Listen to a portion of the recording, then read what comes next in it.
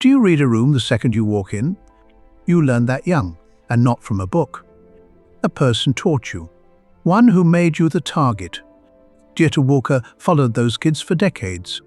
The bullying ended. Its wiring didn't. It never left. Call it a threat radar you flipped on as a child. A pattern, not a diagnosis. Sign 1. You read every face. You catch the flicker before a word is said. A hunted child learns to read anger fast, because Seth Pollak found abused kids can spot an angry face from far less input. That isn't paranoia, it's a skill they drilled in young. Sign 2. Sorry is your reflex. You apologize before anyone is upset, smoothing a calm room. When peace once kept you safe, appeasing goes automatic. Clinicians call it the Fawn response.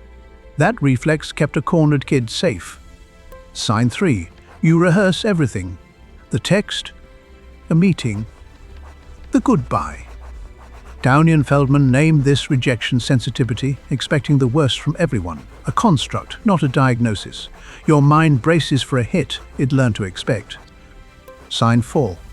A raised voice and you freeze. The volume climbs and your stomach drops, even when it's not aimed at you. Years of it teach the body to brace. Your nervous system isn't overreacting, it's remembering. It's getting you out. Sign 5. You take the seat that faces the door. In a new room, you find the exits first. That constant scanning has a name: hypervigilance. A kid who never knew where the next shove would come from learns to watch every angle in the room at once. Nothing here is free. All that watching runs a tab. The radar that reads a room perfectly is the exact same one that leaves you wrung out and wired even when nothing around you is truly wrong. You pay it. You're not tired from your day, you're tired from guarding it.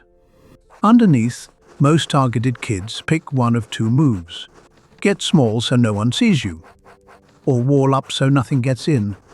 Both still run.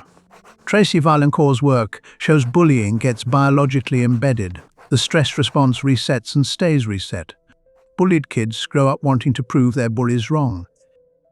Marcus Aurelius, no stranger to enemies, left a better instruction.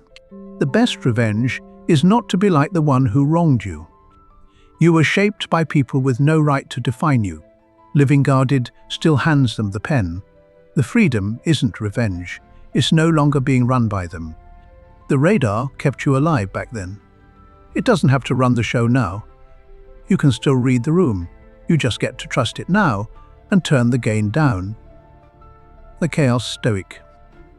Chaos to clarity.